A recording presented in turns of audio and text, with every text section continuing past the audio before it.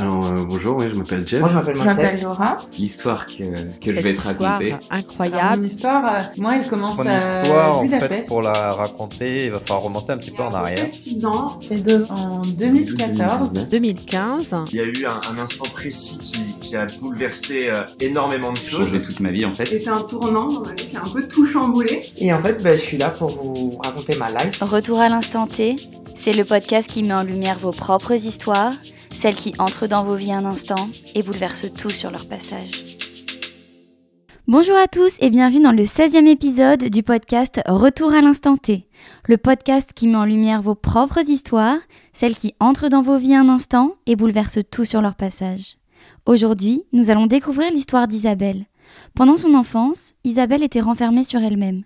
Ayant grandi dans une sphère familiale compliquée où elle ne recevait pas d'amour, elle était mal dans sa peau et très timide avec les autres. Passionnée par l'univers artistique et médiatique, une amie l'invite sur le plateau d'un tournage organisé par son père. Elle se retrouve alors à un dîner, entourée d'inconnus, où à 14 ans, quelqu'un va lui donner un conseil qui va radicalement changer sa vie. Partons ensemble à la découverte de l'histoire d'Isabelle.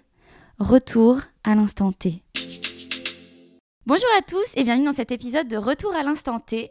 Aujourd'hui, nous recevons une journaliste culture, auteure conférencière, podcasteuse et artiste. Vous avez peut-être eu l'occasion de rencontrer Isabelle Layer dans les chroniques culture ou les interviews culture de France Info TV, ou alors lu son livre « Je deviens l'artiste de ma vie », ou encore, vous avez peut-être écouté son podcast « Viser la lune », un podcast qui vous encourage à réaliser vos rêves. Bonjour Isabelle.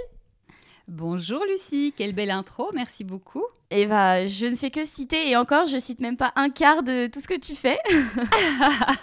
Écoute, la vie est tellement belle, riche et incroyable, donc je suis une aventurière, une artiste de la vie. Ah, mais j'aime cette description très solaire. Pour être honnête avec toi, voilà, quand on a pris contact, je connaissais pas du tout ton parcours. Et j'ai été super impressionnée de tout ce que tu fais, des multiples facettes de ta vie. Ouais, je suis le flow en fait, je me pose pas la question, tu vois, je suis pas du tout dans la performance ou de cumuler les titres ou quoi. Je fais ce que j'aime et quand ça vient à moi, j'y vais, puis je tente, ça marche pas, c'est pas l'important. L'important, c'est d'exprimer ce qu'on a envie d'exprimer parce que quand c'est important pour nous, il faut pas l'empêcher, c'est vital, je dirais même. On n'a qu'une vie, donc il faut faire les choses à fond et dès qu'on en ressent l'envie, foncer. Bah, c'est pas qu'il faut, mais moi, j'ai envie de le faire en tout cas. Après, chacun fait comme il veut, mais en tout cas, ça rend heureux. Donc, c'est une piste à creuser, je dirais. Comme pour chacun de mes invités, je vais te demander de commencer ton histoire en nous racontant le contexte dans lequel tu te trouvais avant que cet instant T se produise, parce que peut-être que mes auditeurs te connaissent par une de tes professions, mais aujourd'hui on va parler de ta vie personnelle et on va revenir sur cet instant T qui a tout changé et t'a fait devenir la femme épanouie que tu es aujourd'hui. Donc, est-ce que tu pourrais nous remettre dans le contexte avant que ton instant T se produise, afin de comprendre qui tu étais à ce moment-là et voilà, qu'on puisse se plonger dans ta vie? Tout à fait. Alors, l'instant T, je devais avoir 13-14 ans. Donc, moi, j'ai grandi dans une famille qui fonctionnait pas très bien. Donc, pas d'amour exprimé, des problèmes de tout, hein, d'argent, de relations, enfin, un peu tous les problèmes, voilà. Donc, autant te dire que j'étais un enfant qui était pas bien dans sa peau, pas aimé, donc c'est difficile de se développer comme ça. Donc j'étais en souffrance, je me sentais pas comprise, j'avais l'impression de venir d'une autre planète et qu'on s'était trompé de livraison. On m'avait mis sur la mauvaise planète. Donc voilà, c'était pas super. En revanche, du coup, je me suis assez rapidement enfuie dans un univers parallèle qui a fait que plus tard, je deviendrai artiste. Hein. C'est l'imaginaire. Alors, à travers la télévision, j'ai rêvé, j'ai vu que des gens faisaient des choses incroyables, etc. Donc, j'avais cette petite chose-là qui était en moi et qui m'a fait tenir, qui m'a fait me dire, plus tard, je serai heureuse. Donc, ça vaut la peine de vivre sa vie quand même, quand le contexte est très difficile. Donc voilà, après, je suis pas Cosette, hein, je n'étais pas battue, et pire, faut pas exagérer. Mais c'est difficile pour un être humain de se développer sans affectivité, sans soutien, seul, en fait, très seul. Donc voilà. Et tu n'avais pas de frères et sœurs? J'ai un frère qui est plus jeune de 2 ans, mais si tu veux, il était plus intégré dans cette famille que moi. Voilà, moi je suis arrivée la première, j'étais une fille, ma mère voulait un garçon, donc pas de bol, donc j'étais un peu le truc de trop. Et en fait, mon frère et ma mère ont fait fusion et en plus ils sont nés le même jour. Ça les a rapprochés encore plus. Donc tu as grandi dans un univers familial qui n'était pas très chaleureux ni épanouissant. C'est ça, on peut dire ça comme ça. Quel était ton échappatoire ou en tout cas ce qui te faisait toi vibrer en tant qu'enfant? Ce qui me faisait vibrer, comme je t'ai dit, je chantais, je dansais, je m'inventais des univers. Je me rappelle, je me faisais des petits programmes où je m'inventais j'imaginais être quelqu'un d'autre et puis je partais avec un panier, j'avais mis des petites choses dedans et j'avais la chance d'avoir des champs derrière chez nous, donc je partais, je m'inventais une histoire, j'étais quelqu'un d'autre, je faisais autre chose et vraiment j'ai inventé mon petit univers parallèle, donc ça m'a vraiment bien aidée. Je me souviens aussi que j'écrivais des petites BD, je me souviens que je faisais des choses créatives sans qu'on m'y pousse. Même d'ailleurs, je pense que vers cet âge-là, avant cette fameuse instant T, je montais déjà des chorégraphies dans les réunions de famille avec les cousins, des petits sketchs. Et du coup, c'est moi qui montais tout ça, qui les faisais répéter. Et puis on mettait des chaises et on appelait les tontons, les oncles, les tantes, tout le monde, toute la famille pour nous voir. Et je montais un petit spectacle. Mais c'est fou parce que je ne prenais pas de cours encore de chant, de danse, de théâtre. C'était un truc qui m'est sorti. Alors peut-être que je l'ai vu à la télé, j'en sais rien, mais c'était vraiment une vocation, une évidence pour moi, quoi. Et quand j'y repense, je me dis c'est complètement dingue en fait. C'est génial. Alors donc, comme je te disais, j'étais vraiment une jeune ado très très mal dans sa peau, mais j'étais déjà passionnée par tout l'univers artistique, la télé, les fictions et tout. Et j'avais une amie qui s'appelle Aurélia, qui m'a Aurélia Desmazières, pourtant ça fait très longtemps qu'on ne s'est pas vu, qui m'a invitée sur le plateau d'un tournage. Je pense que c'était son père qui faisait ce tournage et donc elle m'a proposé, comme elle savait que ça me faisait rêver, tout ça. Adorable. Et du coup, j'ai fait oui, tout à fait, je viens. Sauf que c'est une fin de tournage. Donc, à la fin de tournage, dernier jour de tournage, on fait une fête de fin de tournage. Donc, je me suis retrouvée à une grande table avec plein de gens à manger, installée loin de ma copine, me sentant pas très légitime à être là, ne connaissant personne, étant mais tellement timide. J'étais, vraiment, mais je ne sais pas si c'est possible d'être plus timide que je ne l'étais, tellement j'étais aussi mal dans ma peau. Enfin, je me sentais vraiment, mais tout sauf à ma place. J'avais pas forcément d'argent pour moi pour payer ce dîner. Donc, vraiment, je me sentais pas bien, quoi. Et donc, je me retrouve assise à cette table, loin de ma copine, et en tête à tête avec mes petits pois à manger. Et puis, tout à coup, à droite, j'entends une voix qui me dit « Tu ne parles pas ?» Et je fais « Oh là là là là, on est en train de me parler, c'est pas possible. » Je suis là « Oh là là, mais si on me parle, je dois répondre, c'est horrible. » Je tourne la tête vers cette personne et je vois une femme blonde d'un certain âge, adorable. Et je fais « Pardon ?» Et elle me fait « Tu ne parles pas ?» Et là, je fais « Oh là là là là, faut que je réponde, oh, c'est horrible !» Donc, je rassemble toutes mes forces et je fais « Je suis timide. » Elle me fait « Pardon ?» Je dois répéter. « Je suis timide. » Elle me fait « Ah, tu es timide. Ok. Eh bien, tu sais quoi? Je vais te donner un conseil. Écoute bien. Tu sais, les gens, ils adorent parler d'eux. Donc, ce que tu n'as qu'à faire, tu n'as qu'à leur poser des questions. Tu verras que déjà, tu sauras quoi leur dire. Donc, tu te sentiras mieux par rapport à eux. Et eux, ils seront hyper contents de pouvoir parler d'eux parce que vraiment, ça les passionne de parler d'eux-mêmes. Et donc, ils seront contents avec toi parce que tu leur parles, leur permets de parler d'eux. Et toi, voilà, tu sauras quoi leur dire. Et là, j'ai fait « Ok, d'accord ». Et je suis retournée la tête devant mes petits pois. « Merci, madame. » Voilà. Mais dès le lendemain, j'ai commencé à mettre ça en place avec mes copains, mes copines à l'école et tout ça. Et du coup, au fur et à mesure, déjà, effectivement, je savais quoi dire aux gens, parce que, comme je te disais, moi, je me sentais très différente de tout le monde. Je fonctionne assez différemment. Voilà, je suis différente de toute façon, mais finalement, est-ce qu'on n'est pas tous différents? Mais je ne trouvais pas ma place. Et donc, j'ai commencé à poser des questions aux gens sur leur passion, sur tout, en fait. Et donc, les gens, effectivement, ils me répondaient, mais en plus, je me suis rendu compte que ça me passionnait, que l'âme humaine, la psychologie humaine, l'humain me passionnait. Donc j'ai commencé à vraiment m'intéresser, à comprendre plein de choses. Donc je suis devenue un peu la confidente, à pouvoir finalement, je les conseillais, etc. Et du coup, ça m'a ouvert au monde. Du coup, je suis devenue journaliste. Et puis, j'ai toujours gardé cette appétence, ça d'être là en soutien pour tout le monde. Et à un moment, je me suis dit, mais en fait, j'ai quand même une responsabilité parce que j'écoute, ou je conseille, ou j'induis des choses, mais c'est une responsabilité. Moi, je ne suis pas quelqu'un de pouvoir, je ne veux pas avoir du pouvoir sur les autres. La vie des gens, je m'en fous, je veux juste qu'on soit tous heureux, qu'on soit tous copains, quoi. Moi, ça me va. Mais je me suis dit, là, j'ai une responsabilité et c'est là que je me suis dit, bon, là, plus tard, je vais faire des études de coaching parce que j'avais conscience, comme j'ai toujours étudié la psychologie, lu des tas de bouquins de développement personnel, etc., j'avais conscience de tout ce qui est transfert, projection, tout ce qui est enjeu personnel qu'on peut mettre dans nos mots envers l'autre. Et je voulais évidemment sortir de ça parce que quand on dit des choses à quelqu'un et que derrière, il va faire des actions, bah, il faut que ce soit par rapport à lui, pas par rapport à nous. Et du coup, j'ai fait mes études de coaching il y a genre 15 ans, je suis devenue coach et en fait ce simple instant T a changé ma vie parce que je ne serais pas qui je suis aujourd'hui, ça a tout changé. 2 phrases. Cette dame, je ne sais pas qui c'est, je l'ai vue, c'est comme un ange qui est venu m'aider dans la vie et qui est reparti, je ne sais pas qui c'est, je ne sais pas où elle est.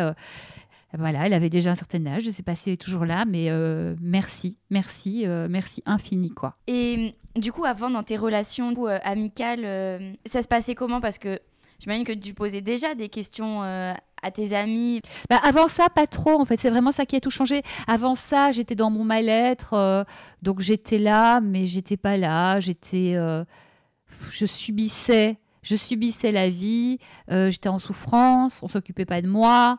Je réussissais pas forcément bien à l'école, sauf au moment où j'ai redoublé, j'ai compris, donc un petit peu avant ça, j'ai compris qu'en fait je pouvais compter que sur moi et que soit je travaillais pas et j'allais avoir une vie de merde, soit je bossais et je pourrais changer mon destin. Donc ça c'était 2 ans avant, j'ai compris ça, donc j'ai commencé à bosser. Mais je me sentais pas à ma place, je me sentais pas comprise, je me sentais donc quand tu te sens comme ça, tu vas vers les autres comme ça n'aide pas. Donc je faisais partie du groupe, mais sans vraiment en être, quoi. C'est compliqué, hein, franchement. À quel moment tu as su que ça allait te mener professionnellement et te guider dans tous ces chemins finalement que tu as entrepris? Alors en fait, déjà, ça ne s'est pas fait en un jour. Ça s'est fait, c'est même des décennies. Hein. Faut pas croire qu'il y a tout à coup une formule magique et tout à coup, tout est parfait. C'est le chemin d'une vie. C'est le chemin qui se fait petit à petit aussi parce que j'ai changé des choses, parce que j'ai travaillé sur moi, parce que j'ai cherché, parce que j'ai lu beaucoup de livres de développement personnel. Ça a vraiment participé à changer ma vie, vraiment. C'est pour ça que j'en ai écrit un. Et en plus avec des exercices, parce que si on ne met pas en action, tu peux lire le meilleur livre de développement personnel du monde. Si tu ne le mets pas en action, ben, dans 2 mois, tu l'as oublié. Et moi, ce que je faisais, c'est que même quand il n'y avait pas d'exercices, comme dans la plupart de ces livres-là, je me créais des exercices sur base de ces livres. Parce qu'il faut vraiment, mon slogan de coaching, c'est l'action, c'est la solution. Il faut vraiment le vivre pour l'implémenter dans ton corps, pour l'expérimenter et pour en faire quelque chose et par essai-erreur. Donc, j'ai avancé par essai-erreur. Et puis, je vais te dire un truc, j'ai pas vraiment eu de plan. Tu sais, moi, j'ai vu justement des parents qui ont fait des choses par choix de calcul, de trucs, et personne n'a été heureux, en fait. Et j'ai bien compris, et ça, c'est un cadeau qu'ils m'ont fait aussi en voyant ça, que, en fait, les meilleurs choix sont les choix de cœur, en suivant ton cœur et ton âme, pour les bonnes raisons. C'est-à-dire que moi, je suis totalement persuadée que tout le monde a quelque chose à faire, et il y a quelque chose qui l'anime. Et le gros challenge, c'est de trouver quoi. Et moi, très rapidement, ces trucs-là, ils m'ont aidé à survivre. Finalement, c'est l'artistique et c'est ce rapport à l'autre grâce à cette dame. Donc, j'ai un peu suivi le flow. Donc, quand on a dû choisir son orientation et le métier pour faire des études, ce questionnement sur le monde, bon, je regardais aussi l'émission Envoyé spécial et je trouvais que c'était le plus beau métier du monde, c'est-à-dire d'aller découvrir le monde et le transmettre aux autres. C'est ce qu'on en a compris. Donc, je lui dis, mais ça, c'est juste merveilleux, je vais faire ça. Le côté artistique, moi, je me gère toute seule depuis que j'ai 18 ans. C'est-à-dire mon appart, mes études et tout ça. Et j'ai commencé la danse vers 15-16 ans. Et à 18 ans, j'en vivais. pas De la que danse. alors de la danse et du spectacle. Alors bon, je pense que j'ai des prédispositions, mais ça ne suffit pas. J'ai bossé plus que tout le monde. C'est-à-dire que j'ai travaillé comme une folle et ça a été vite pour moi parce que j'ai travaillé comme une folle, même si j'avais des choses, c'était une évidence, c'était mon langage à moi. Et donc du coup, j'ai suivi la danse, le chant, etc. J'ai toujours continué, même en faisant mes études de journalisme. D'ailleurs, ça m'a permis de payer mes études de journalisme, puisqu'à 18 ans, je vivais de ça. Et du coup, le flow du journalisme, j'ai fait suite à cette appétence, il fallait choisir un métier. Et le flow de l'artistique, idem. Comme le journalisme, un métier de cœur, eh bien l'artistique de cœur, ça a été une évidence. Et il se fait que je faisais partie, j'ai grandi à Bruxelles, je faisais partie du milieu de la danse moderne jazz, parce que c'est mon orientation, c'est ma vie, c'est ma passion. Et du coup, ce milieu, il était très petit, et je faisais partie des artistes qui bossaient beaucoup. Donc ça m'a permis aussi de tout payer, et aussi de rencontrer des personnes avec qui on a monté une compagnie de spectacle, Sam et Didier. Et de cette compagnie, j'en ai vécu. Donc je faisais mes études plus la compagnie, et à la fin de mes études, je me suis dit que j'ai réussi de journalisme. Je me suis dit je ferai journaliste plus tard parce que là je m'éclate trop dans les spectacles. On jouait, on chantait, on dansait, on voyageait dans toute l'Europe. On a fait des shows devant 5000 personnes. Enfin, un truc que j'ai même jamais pensé à rêver, tellement que c'était dingue ce qu'on faisait. Donc ça a été vraiment du bonheur. Et justement, d'où elle est venue cette idée de créer une compagnie? C'est venu de Sam et Didier. Ils avaient envie de monter quelque chose. Je pense même qu'à la limite, c'était même Didier qui était spécialiste de tout ce qui est technique de scène. Tu sais, on faisait des grands shows, beaucoup d'événementiels, mais pas que. Monter toute la technique, c'est un truc phénoménal de malade. Il faisait ça avec de l'événementiel hors spectacle, et il a rencontré Didier. Didier a rencontré Sam, pardon. Et Sam, il était vraiment là-dedans, un peu. Il avait beaucoup d'aura. Et ils ont dit, tiens, on va monter notre truc. Il y a vraiment un potentiel à faire, et on est bon dans nos deux domaines, et on va faire ça. Et puis voilà. Et puis moi, je les ai accompagnés là-dessus, et ça a été formidable. On a fait des trucs de dingue. Alors que toi, à cet âge-là, tu dois avoir 23, 25 ans. J'avais 20 ans. 20 ans. Et j'étais à la fac. Mais moi, j'ai toujours été multi-active et j'adore faire plein de choses. Bon, à la fac, la chance que j'avais, c'est que j'avais une super amie, Nathalie, qui m'alertait, parce que du coup, j'avais deux jobs. J'avais ma fac et j'avais les tournées, les spectacles, monter des trucs et tout. Et du coup, Nathalie, franchement adorable, qui me disait attention, là, il faut que tu sois là, là, il y a un examen, attention, t'as bien vu ça. Vraiment, elle m'a... C'était ton rappel. Oui, mais elle voyait bien que j'étais pas la nana qui venait pas au cours pour rien faire. Il fallait que je gagne ma vie. J'étais capable de faire les deux, il n'y avait pas de souci. Mais c'était adorable, quoi. Donc, ça a été un petit peu fou, mais de toute façon, moi, je suis multi-active. Mais on y est arrivé. Et voilà, c'était dingue, c'était dingue. Donc la compagnie, ça cartonnait, c'était génial. Et au fur et à mesure, donc quand j'ai fini mes études de journalisme, je me suis dit, là on s'éclate, c'est de la folie ce qu'on fait et c'est de plus en plus fou. Donc je ferai journalisme, j'adore, mais je ferai plus tard. Donc j'ai continué à faire des petites piges pour des copains, copines, parce que j'adore ça. Donc dès que j'avais une occasion de faire un peu de journalisme, je faisais évidemment, mais c'était vraiment ponctuel. Et puis à un moment avec la compagnie, c'était génial, mais alors il y a eu deux choses. On avait fait un petit peu le tour, c'était des projets de plus en plus gros, mais c'était toujours un peu le même schéma. C'est-à-dire qu'on faisait beaucoup d'événementiels. Donc, on prenait le briefing, on montait le spectacle. Et ce qui était génial dans l'événementiel, c'est qu'il y avait beaucoup d'argent. Donc, on a fait s'élever des voitures, on a construit des diamants d'où sortaient des voitures, on a élevé des filles, dont moi d'ailleurs, à 10-15 mètres du sol, en mode on est des anges et on s'envole sur la musique de Vangelis avec des projections, on était tout en blanc avec des grands voiles. On a fait des trucs de dingue. C'est-à-dire que notre imagination pouvait faire tout ce qu'on voulait, on le faisait. C'était dingue. Pour des gens créatifs comme nous, c'était génial. Mais bon, après, c'était un peu toujours le même tour. Et voilà. Et moi, quand j'apprends plus, je tourne en rond et c'est pas possible. J'ai toujours besoin d'apprendre et de me challenger. Et donc, à un moment, je me suis dit, là, on tourne un peu en rond. Qu'est-ce qu'on fait ? Et je me suis dit là, et aussi la deuxième chose, c'est que les artistes, on s'adorait, c'était super, mais Je faisais vraiment beaucoup de choses pour eux.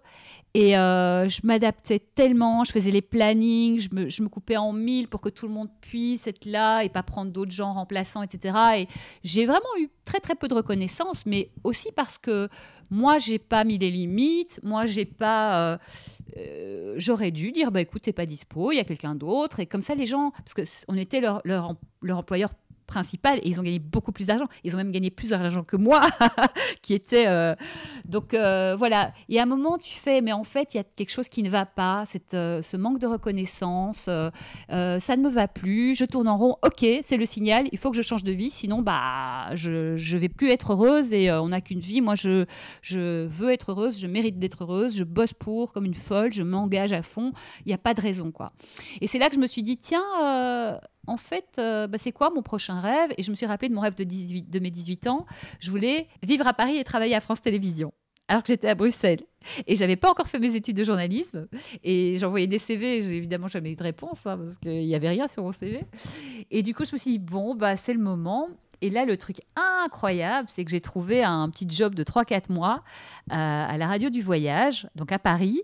Je suis venue, j'ai tout donné à l'entretien et ils m'ont prise. J'ai toujours pas compris pourquoi, parce que j'avais quelques piges, mais j'avais pas grand-chose. Mais je pense que quand on est vraiment passionné, qu'on a un rêve, que c'est juste, qu'on le fait pour les bonnes raisons, les gens, c'est tellement puissant que les gens, ils peuvent pas te dire non.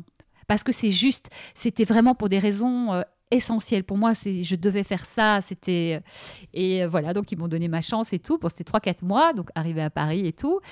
De là, après 3-4 mois, ils ont voulu m'engager, mais ils n'avaient pas le budget pour. Hein. Donc, du coup, on s'est séparés. Et là, j'ai vraiment... Mais j'étais tellement triste. Mais heureusement qu'ils l'ont fait parce que ça permet d'autres choses. Bah voilà, et ça, si jamais, c'est ce que je me dis aujourd'hui et c'est ce que je dis à tout le monde, ne vous inquiétez pas quand quelque chose arrive, c'est que ça ouvre la porte à autre chose, juste mettez-vous en marche vers cette autre chose, quoi. Et du coup, effectivement, quelques temps plus tard, après 12 milliards de CV envoyés, des boulots, d'hôtesse, de trucs, de machin, où je me disais, mais oh là là, mais là, j'ai été chef d'entreprise, j'ai fait des études, j'ai fait 12 milliards de trucs et je trouve pas de boulot ou rien qui m'intéresse. J'ai dit, mais qu'est-ce que c'est que ce truc? Alors que quand je suis arrivée à Paris, j'ai eu un job de journaliste, je me suis dit, mais tout est possible à Paris, c'est dingue. Et puis après, j'ai eu le contre-coup, ça a été dur pendant quelques mois. Et puis voilà, et puis je me suis retrouvée à bosser, je me suis retrouvée à France Télévisions. Mais en fait, mes coachings, c'est avant France Télévisions. Je me suis retrouvée à bosser. La chance que j'ai eue, c'est que pendant les quelques mois de galère, j'ai une amie qui s'appelle Sabine, que j'avais rencontrée à la radio du voyage, qui m'a prêté son appart, parce que j'avais rien, quoi. Donc elle m'a prêté son appart. Et en fait, il y avait, parce qu'elle était JRI, donc elle partait toujours en voyage, en reportage. Et quand elle était à Paris, elle était chez son copain. Donc elle m'a dit, vas-y, prends. Et il y avait la chance, déjà j'avais un appart, et en plus il y avait le Wi-Fi. Donc Internet. Donc tout le matin, je me levais super tôt, je me faisais une journée entière d'envoi de CV, etc. Bref, et puis à un moment, le CV a atterri chez Frédéric Praillet-Dujols, qui était à la chaîne Festival, que j'ai rencontré parce qu'il adorait mon profil. Mais il ne pouvait pas m'engager parce qu'il n'y avait pas de budget. Et moi, le problème de mon CV, c'est que j'avais une page par activité. Donc, j'étais journaliste à la radio du voyage. Je faisais de l'administratif à l'époque en Belgique. La compagnie, on faisait tout. Donc, il y avait de ça. J'étais artiste. J'ai fait de l'événementiel. Bref, j'avais plein de trucs. Donc, les gens, ils voyaient ce CV-là. Ça filait tout droit à la poubelle parce qu'ils ne savaient pas où me mettre, quoi. Et Frédéric, son intelligence, c'est qu'il a dit, mais cette fille, elle sait faire plein de trucs.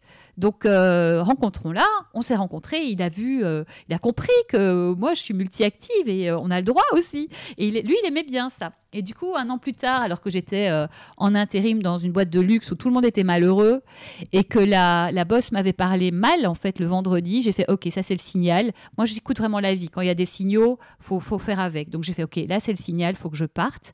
Donc, plan d'action, je vais mettre en place des choses. Mais donc, pour revenir à ta question que je n'ai pas oubliée d'il y a 3/4 d'heure, le coaching, j'étais à cette période de luxe avec des gens tellement malheureux autour de moi.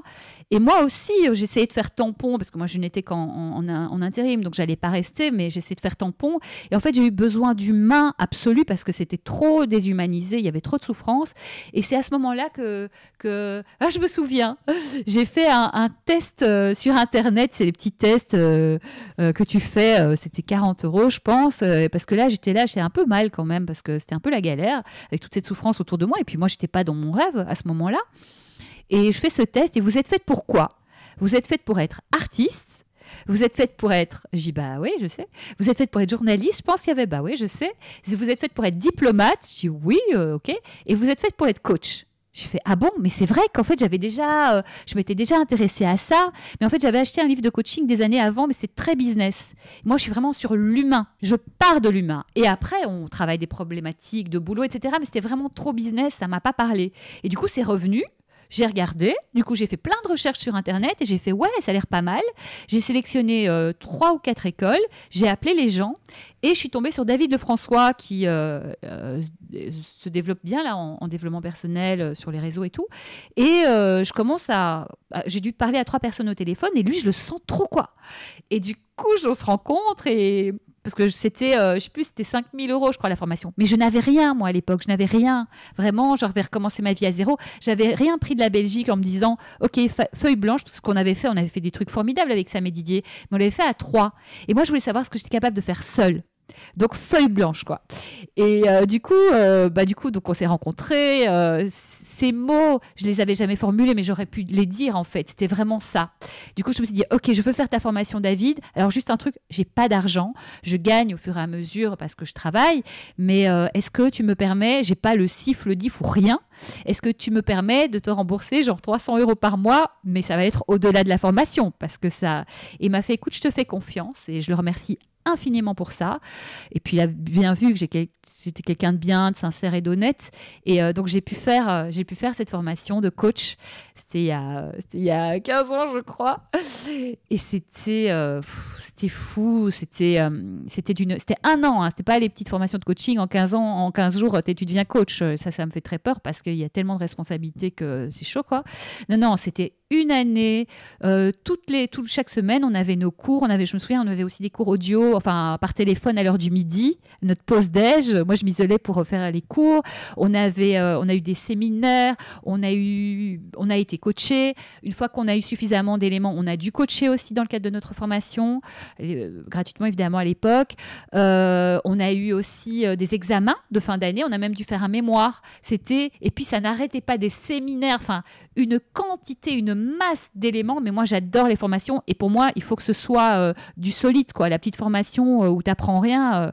Moi, j'ai besoin de nourriture de l'esprit, de trucs très puissants. Il faut que ça dépote, il faut que ça pulse et il faut qu'il y ait du contenu, quoi, parce qu'on ne me la fait pas. Et là, c'était vraiment excellent. Du coup, j'ai fini cette formation. Et puis, et à la fin de la formation a coïncidé au moment où je suis arrivée à France Télévisions. Donc, tout s'est ouvert au même moment. Un truc de dingue. Pour comprendre un peu mieux, cette formation du coup de coach, c'est très généraliste. T'es coach de vie. J'imagine qu'il doit y avoir des thématiques. En fait, c'est coach de vie. Ça veut dire que, tu vois, moi, quand j'ai un coach, il y a de nombreux coachés qui viennent, de nombreuses personnes qui viennent avec des thématiques professionnelles. Parce que le boulot, c'est là où on met le plus de temps de notre vie. C'est pour ça que soyez heureux au boulot, hein, sinon c'est mal barré. Mais je travaille à partir de la personne.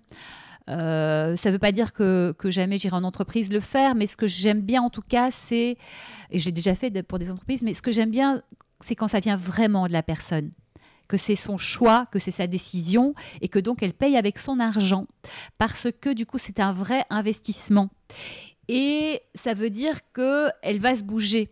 Ça vient d'elle. C'est pas ton boss qui... Moi, je connais des gens, leur boss les a obligés à suivre un coaching. Et ça l'a pas fait parce qu'ils s'en foutaient.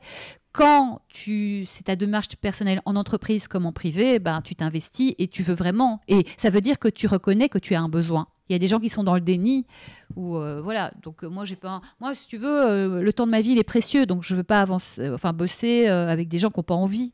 Moi, je préfère faire autre chose, du coup, écrire des bouquins, monter des trucs, des concepts, faire des podcasts. Vraiment, c'est pour qu'on avance. Et en plus, moi, je veux de l'efficacité absolue. C'est-à-dire qu'en 3-4 mois, moi, j'ai vu des vies changer, quoi. J'ai vu des vies changer en 3-4 mois. Mais moi, j'étais là, mais c'est tellement puissant, quoi. Je n'en revenais pas. Mais c'est pas moi. Moi, je suis juste la petite étincelle. Mais c'est les personnes qui font leur parcours. Et puis, tu es là pour poser les bonnes questions, pour aider aux prises de conscience, pour accompagner sur l'action, évidemment. Et puis aussi, quand tu as rendez-vous chaque semaine ou toutes les 2 semaines avec ton coach, tu as intérêt à avoir fait ce que tu avais à faire. Parce que toi, tu peux te mentir à toi-même.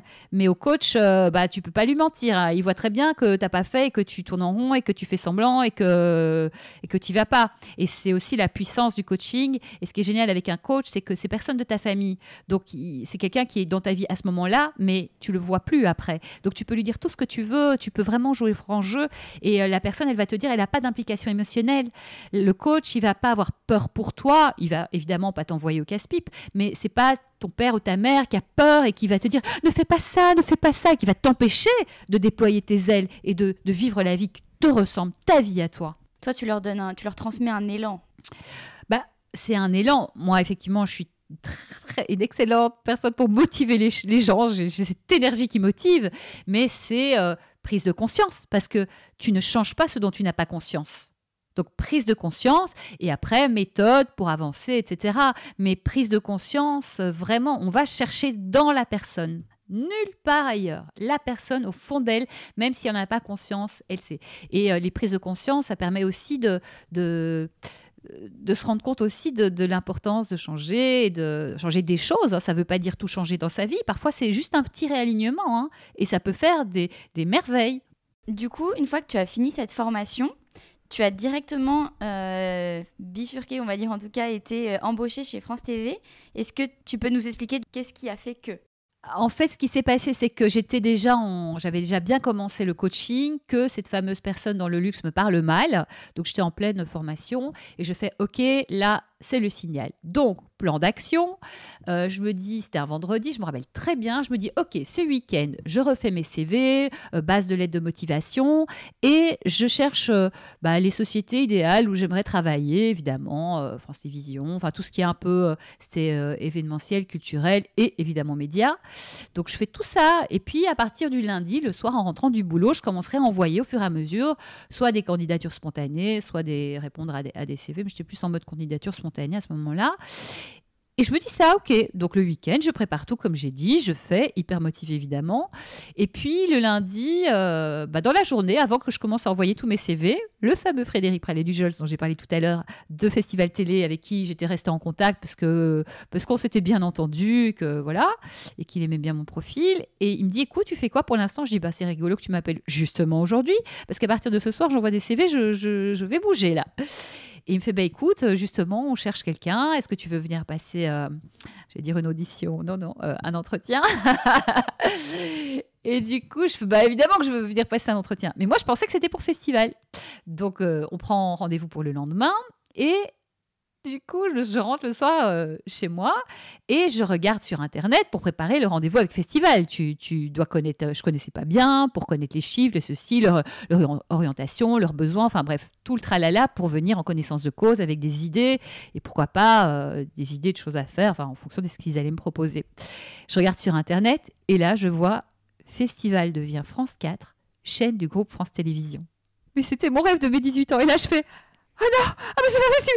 C'est la chance de ma vie, Et je commence à sauter dans l'appart. À l'époque, mon ex, Chris, qui est resté un de mes meilleurs amis aujourd'hui, il est là. Il fait, mais qu'est-ce qui se passe, Isa? Qu'est-ce qui se passe? Je fais, mais c'est dingue. Et en fait, le pauvre, il savait pas si c'était une bonne nouvelle, une mauvaise nouvelle. J'étais tellement dans tous mes états. C'est mon rêve. Il fait, mais qu'est-ce qu'il y a? C'est ton rêve? C'est quoi? Qu'est-ce qui se passe? Je lui explique. Il fait, c'est pas vrai. Et on commence à sauter tous les deux. C'est énorme. Du coup, je vais le lendemain à ce fameux entretien. Ils étaient 2 et j'ai tout donné, quoi. Je dis, mais donnez-moi ma chance, vous ne le regretterez pas, faites-moi confiance, etc. Et du coup, ils m'ont prise. Du coup, ce qui s'est passé, c'est que j'ai accepté de revenir à un salaire, mais genre la moitié de ce que je gagnais. Autant te dire, j'essaie de négocier au max, mais je me suis dit, et en plus un poste d'assistante, alors que c'est pas mon job, c'est très bien, assistante pour qui adore, mais moi c'est pas ma vocation, mais je me dis, j'entre, et puis on verra, quoi. Moi, j'avais cet objectif d'y entrer, je ne sais pas pourquoi, c'est une évidence, moi je dois aller là. Et c'était vrai, je devais aller là, c'est un truc de dingue. Et donc, j'entre et tout, et je dis, mais pourquoi vous m'avez prise et tout. Mais il n'y avait pas photo. Les autres, c'était parce que j'ai envie de changer. Ou toi, tu étais à fond. Enfin, on sentait la passion. Donc, c'est pour ça, quand vous avez une passion et que vous êtes... Ça apporte tout. Les gens, ils vous accompagnent parce qu'ils sentent que c'est juste, que c'est vrai, que c'est vous la bonne personne. Et donc, en fait, mais ce qui s'est passé, c'est que très vite, à France 4, j'ai commencé à proposer plein de choses, à inventer plein de choses. En fait, je réarrangeais des salles de réunions lugubres, je mettais des cadres, des trucs, des plans, des machins. Enfin, et les gens, ils ne comprenaient pas au début pourquoi je faisais ça. Ils croyaient que j'avais un objectif de je ne sais pas quoi. Je fais non, mais moi, je veux qu'on soit tous heureux, en fait. Et ils ont compris finalement que c'était vrai, que c'était sincère, mais ça faisait bizarre, la fille qui aide tout le monde, qui veut... voilà, moi, vraiment, l'harmonie, c'est un des trucs qui est harmonie, liberté, respect. C'est mes 3 valeurs, on va dire, et ça doit être comme ça. Sinon, je ne suis pas heureuse, sinon je ne reste pas, en fait. Et du coup, j'ai commencé à faire ça, et puis j'avais plein d'idées. Donc, par exemple, les autres copines assistantes, je suis entrée au poste d'assistante, et les autres copines assistantes, je voyais par exemple que tout le monde allait à des salons comme le MIP et compagnie, et qu'on était toutes à caler les hôtels, les rendez-vous, enfin pas les rendez-vous, mais les accréditations, etc. Pour tout le monde. Moi, j'étais la seule assistante à s'occuper de 2 personnes. Les autres assistantes s'occupaient d'1 personne. Et en fait, j'ai dit aux filles, mais les filles, en fait, on est toutes, on fait 10 coups de fil, alors que moi, je pourrais tout coordonner, je gère tout, vous me donnez tout, et puis je fais tout pour tout le monde. Je fais la coordination du truc. Ça sert à rien que 10 personnes fassent le même geste, en fait. Et donc, j'ai commencé à coordonner ça, etc. Et du coup, les copines, elles me disaient, Isa, fais pas tout ça, tu sais, nous, on est là depuis toujours, on changera pas de place, etc. Je fais, mais non, mais déjà, je fais ça parce que je trouve qu'il faut le faire et que c'est logique. Et puis, il n'y a pas de fatalité, moi j'y crois. Et donc j'ai commencé à faire ça. Et puis en fait, de fil en aiguille, j'étais avec Frédéric et David Jaoui. Et en fait, Frédéric, il est parti sur un autre poste. Donc il y a un demi-poste qui s'est libéré. Et j'ai dit à David, écoute, tu vois bien que je fais de la coordination, que je fais plein de trucs. Donne-moi plein de choses. Je reste ton assistante, mais donne-moi plein de trucs. J'avais jamais assez, en fait. Moi, il fallait me challenger. Et du coup, il a commencé par me donner la mission d'acheter des documentaires pour la chaîne.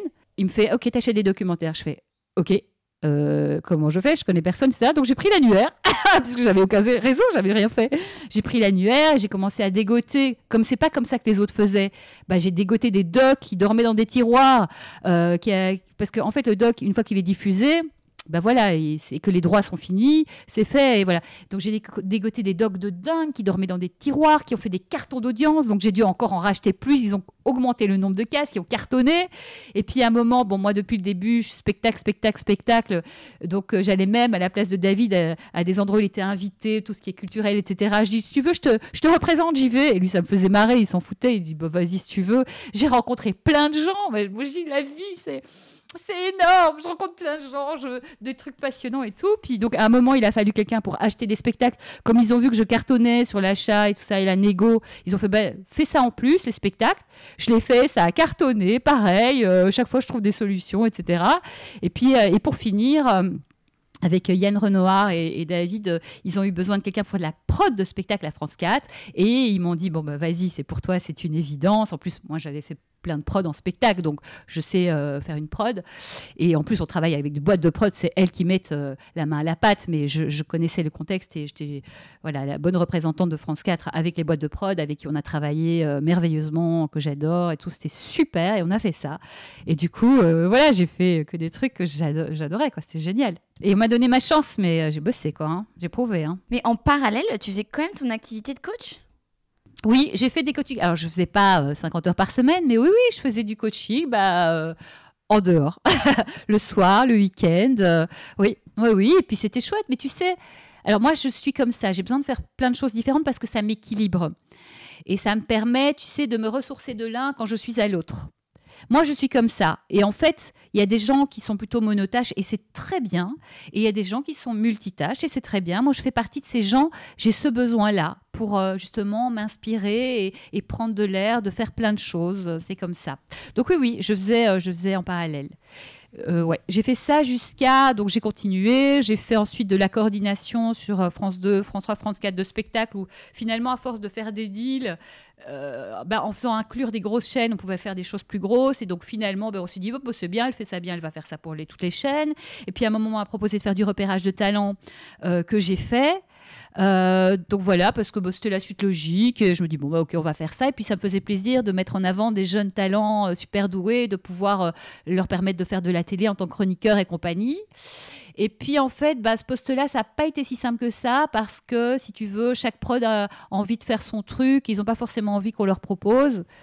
Donc j'ai un peu tourné en rond, j'ai quand même réussi à placer des gens, etc. Mais c'était pas aussi simple qu'il n'y paraissait. Et du coup, à ce moment-là, j'ai fait OK, j'ai besoin de faire quelque chose de plus grand à côté, parce que moi j'ai besoin de me sentir utile, et je me sentais qu'à moitié utile. Je faisais mon job, je le faisais bien et tout, mais c'était pas aussi brillant que ce qu'on m'avait vendu en fait.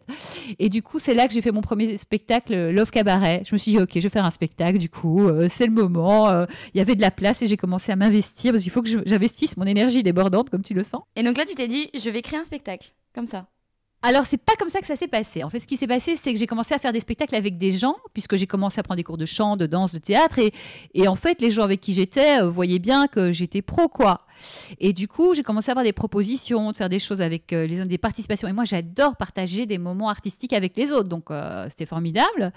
Et puis, en sortant d'un spectacle qui était sympa, mais si tu veux, c'était pas très professionnel. Et j'étais un peu frustrée de ça, parce que quand je voyais des choses à faire, mais c'était pas mon spectacle. Et moi, je respecte autant la volonté du metteur en scène, parce que son spectacle, c'est pas le mien, où j'aidais quand même sur des choses. Et aussi, les gens ils étaient semi-pros. Et c'était super ce qu'ils faisaient pour des semi-pros, tu vois.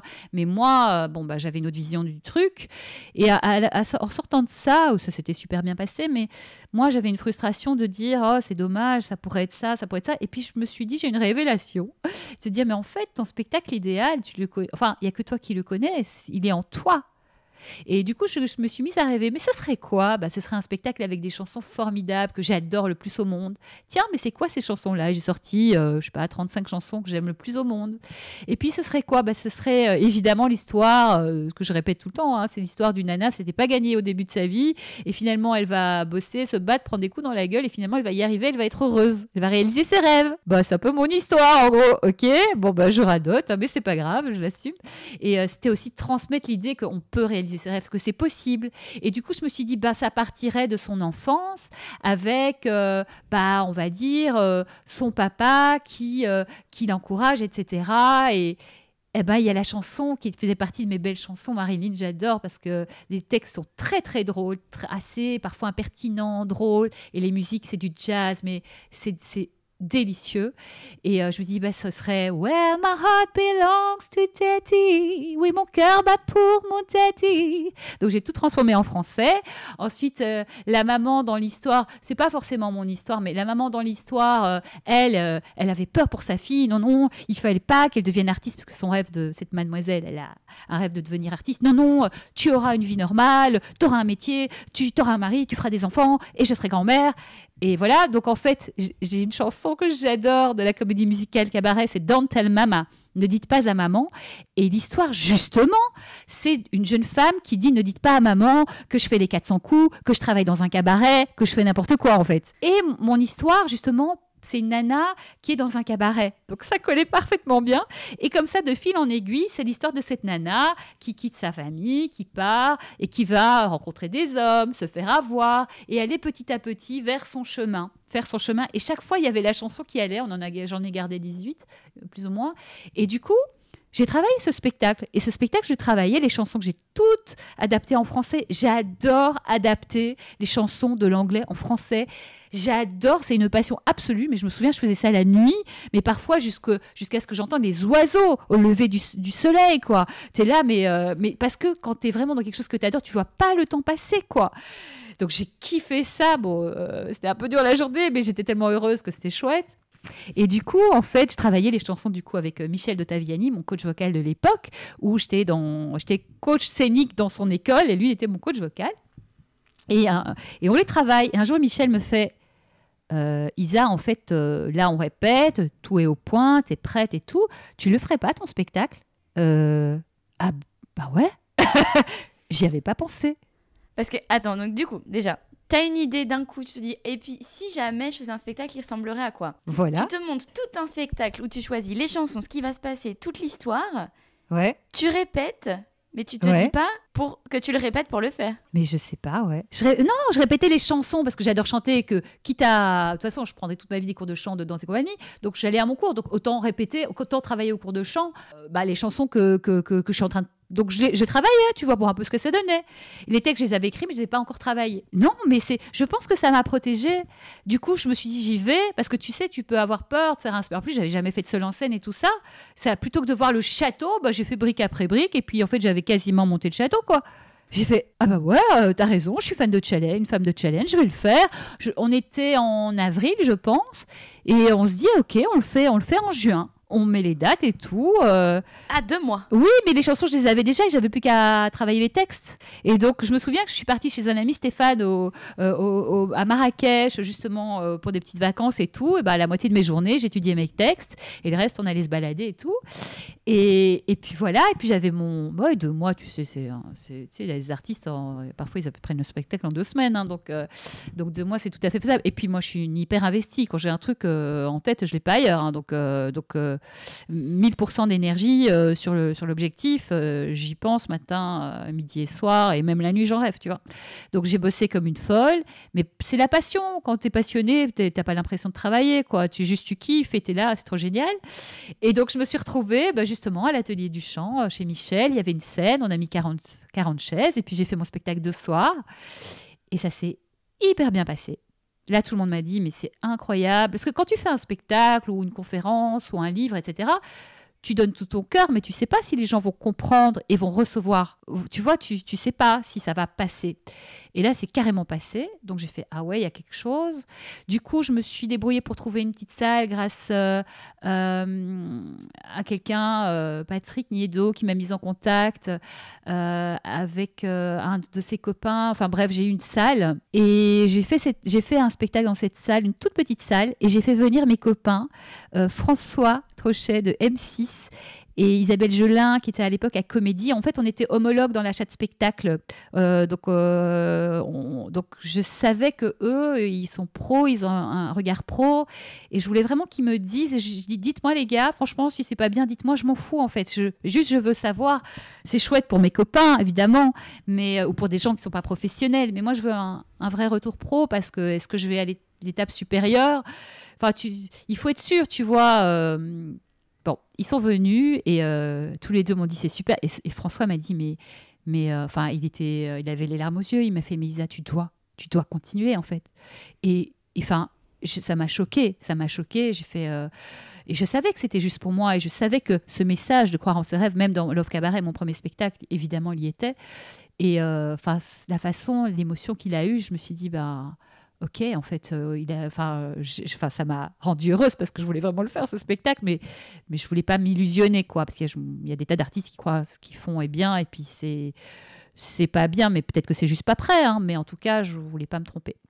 Et du coup, voilà. Et du coup, je me suis retrouvée à chercher une salle et je me suis retrouvée au gymnase. En fait, Jean-Pierre du gymnase, que j'avais un peu aidé sur des trucs et tout, quand il a appris, il m'a dit, écoute, si tu veux, il y a une salle, tu vois, aider les autres sans espérer rien en retour. Moi, j'aide les gens. Alors, j'ai appris à ne plus aider n'importe qui et les gens irrespectueux ou les gens qui sont égoïstes, qui font que prendre. J'arrive maintenant à voir. Mais je suis vraiment sinon dans l'entraide. Moi, ma société idéale, c'est une société où tout le monde s'entraide. On n'est pas obligé de tous s'aimer, mais il y a du respect, on s'entraide, solidarité, et puis on avance tous ensemble, quoi. Et c'est ce que j'ai avec tous les amis qui m'entourent. Et là, en fait, voilà, il m'a aidé en me prêtant une salle. Et puis là, j'ai joué ce spectacle. Et du coup, et là, c'est génial.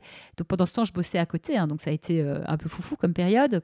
Et là est venu Philippe Davila, qui est un super artiste, qui était dans la comédie musicale Roméo et Juliette. Il était Mercutio dans cette comédie musicale, donc un des rôles principaux. Et Philippe, en fait, on s'était connus à Bruxelles. On avait fait des plans de jeunes artistes, parfois certains foireux d'ailleurs. Et on s'entendait bien, on s'aimait bien. On ne s'est pas beaucoup fréquenté, mais on s'aimait bien. Et on s'était retrouvés, il faisait un spectacle à Paris, on s'était retrouvés peu avant, j'étais allée lui faire une surprise, j'étais allée le voir, et à la sortie du spectacle, on s'était retrouvés avec beaucoup de bonheur. Et donc, plus tard, quand j'ai fait ce spectacle, il est venu voir, et à la sortie, il m'a dit, Isa, c'est super, en fait, t'es une belle artiste. Et que lui me dise ça, pour moi, ça m'a fait pleurer, hein, on va se le dire. T'es une belle artiste, t'as un beau message, c'est beau, il y a vraiment tout ce qu'il faut. Maintenant, il faut aller plus loin. Il te faut un metteur en scène, il te faut une production, il faut aller plus loin, quoi. Il faut des moyens et tout.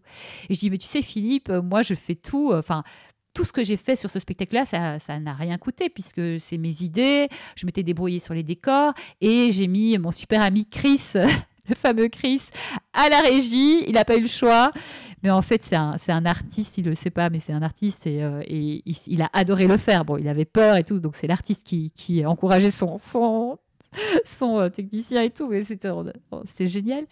Et du coup, Philippe m'a dit, donc c'est un spectacle que j'ai fait pour 0 € en fait, ou pas grand-chose on va dire, et Philippe m'a dit, tu sais, demande en fait, tu sais, on est des gens de passion et dans ce métier, tu trouveras toujours des gens qui font les choses pour des bonnes raisons, passionnés, et puis bah, ils prennent des points sur la mise en scène, enfin on trouve des systèmes, tu ne dois pas tout payer d'emblée. Et là, je l'ai regardé droit dans les yeux, je dis, mais moi, j'adore ce que tu fais. Je te demande à toi, en fait. En plus, on s'adore humainement, donc c'est parfait. Et il me fait, mais avec plaisir. Je vois exactement où on peut aller. Et c'est exactement ce qui s'est passé. C'était un truc de fou. Je suis là, mais c'est pas vrai, tu veux bien. Formidable. Et du coup, c'était il y a longtemps, c'est en 2014, Love Cabaret. On a laissé passer 2015 parce que tous les deux, on avait plein de trucs et tout. Et on a monté Mademoiselle en 2016. Et quel bonheur, on a trouvé des producteurs, ce qui arrive à pas énormément d'artistes.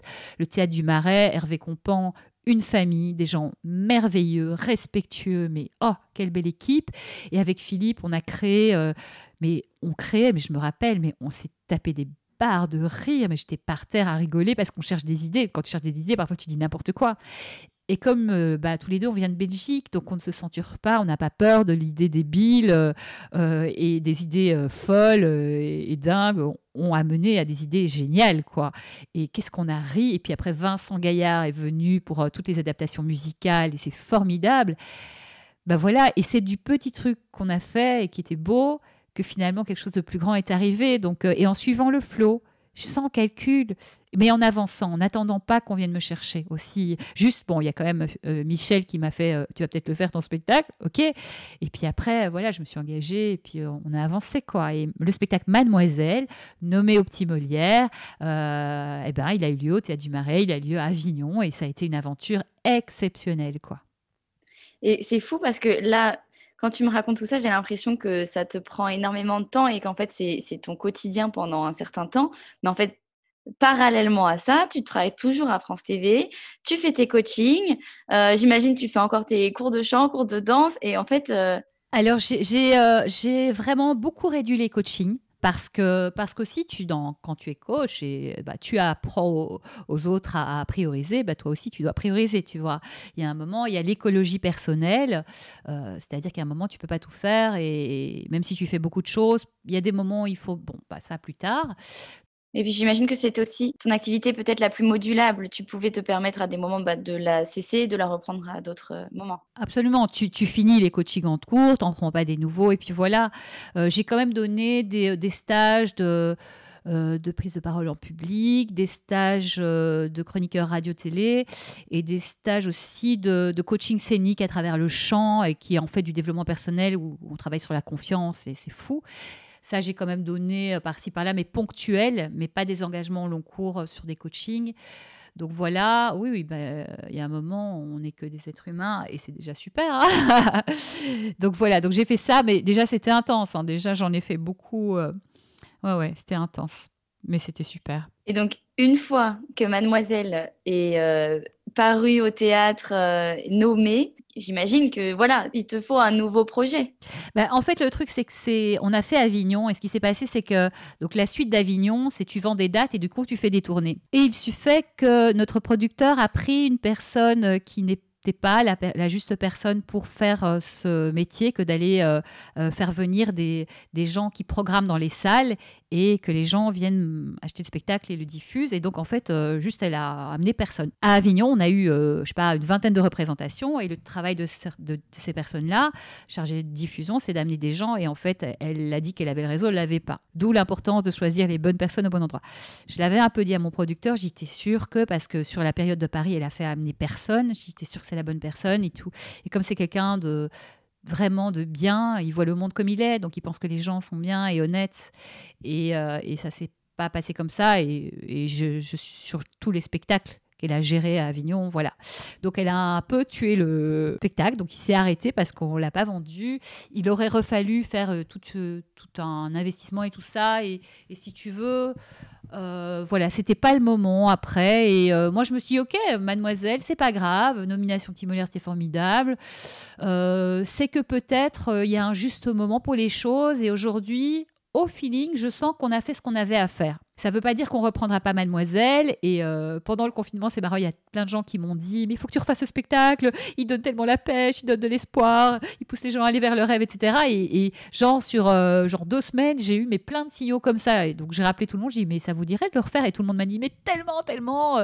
Alors, peut-être pas forcément avec ce producteur-là, mais en coproduction, parce que ce producteur, c'est un des papas de Mademoiselle, donc d'une manière ou d'une autre, il fera toujours partie de l'aventure, et voilà, on n'abandonne pas son papa, quoi.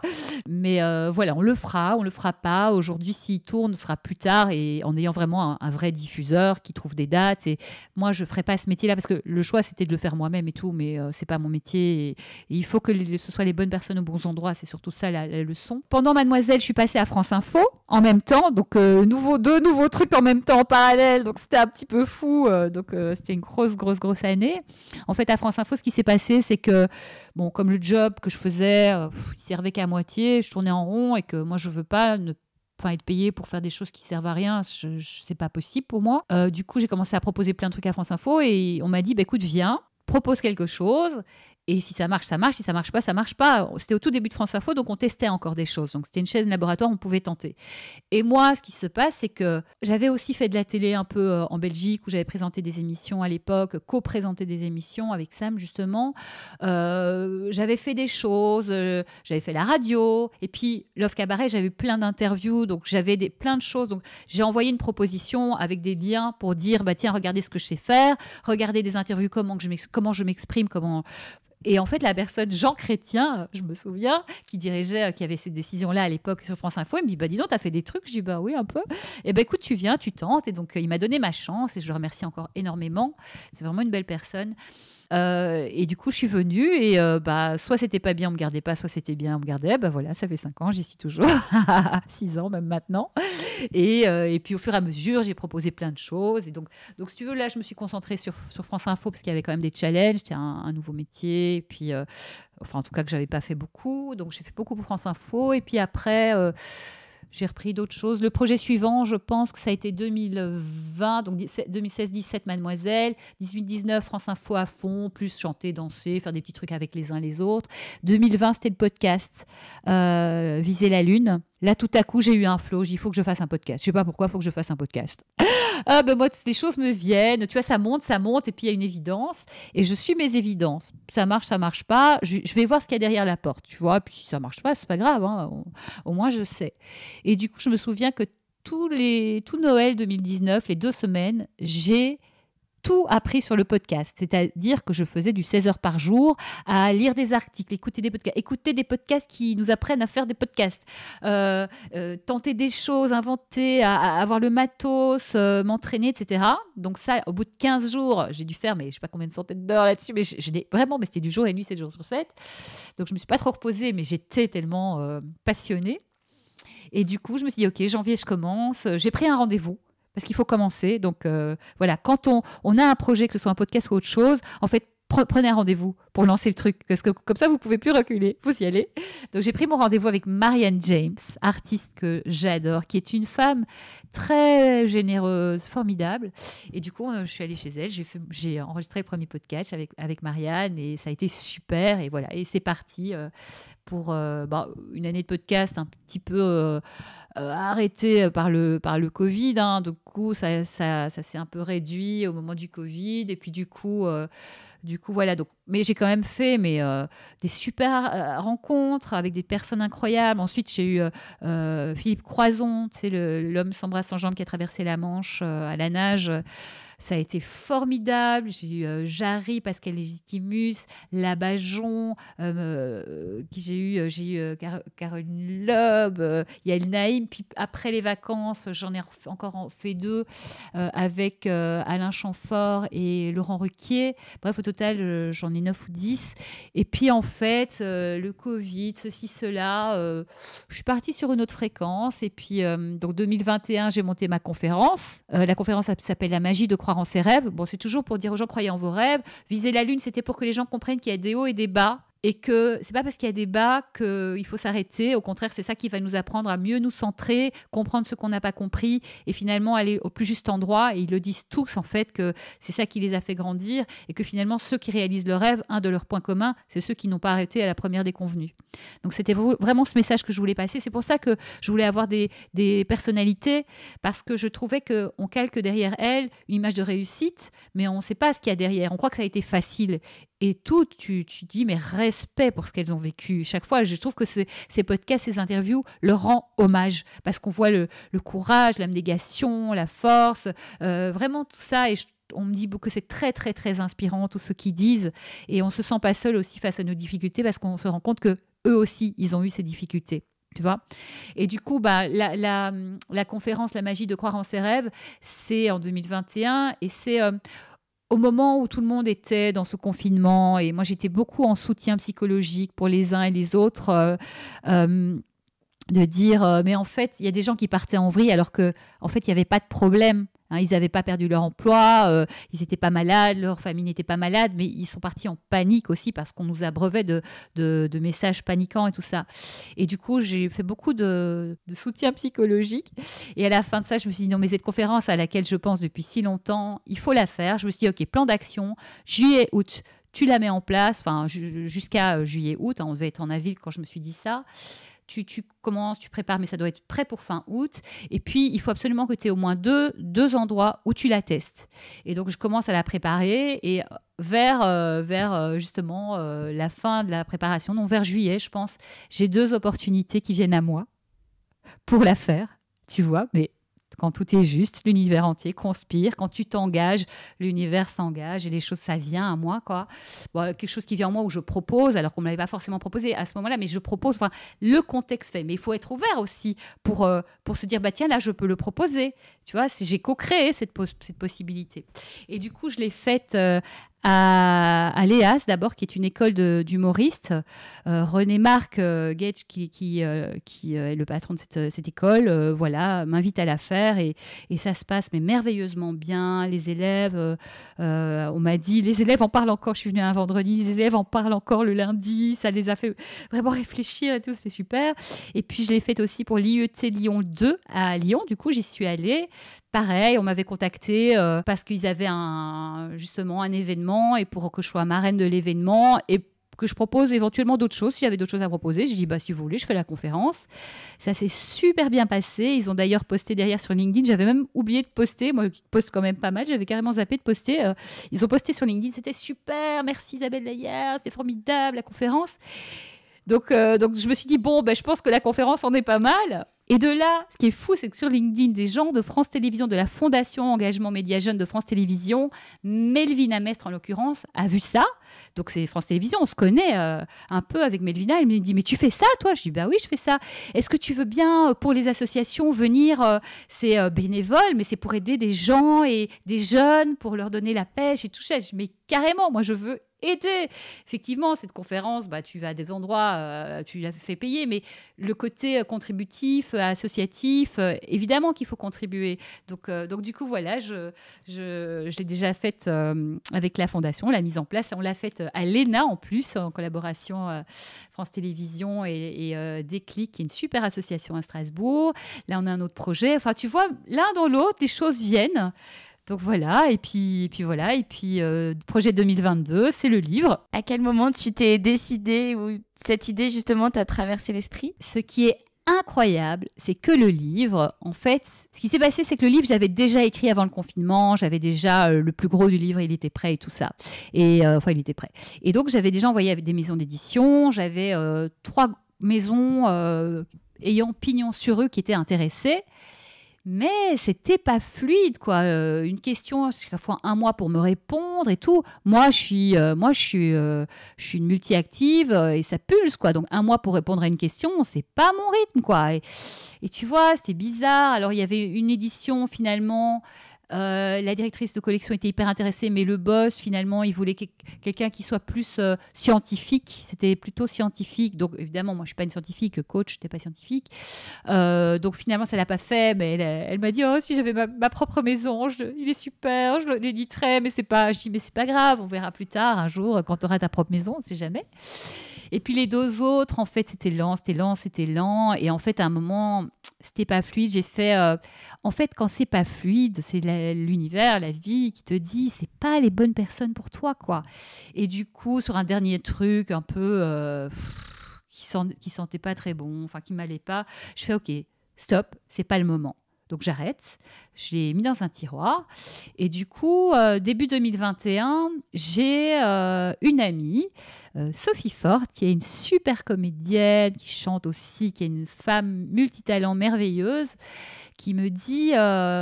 Qui me fait lire, elle m'avait fait lire son bouquin qu'elle a écrit, mais c'est un bouquin qu'elle a écrit pour ses filles, pour raconter l'histoire de sa famille à ses filles.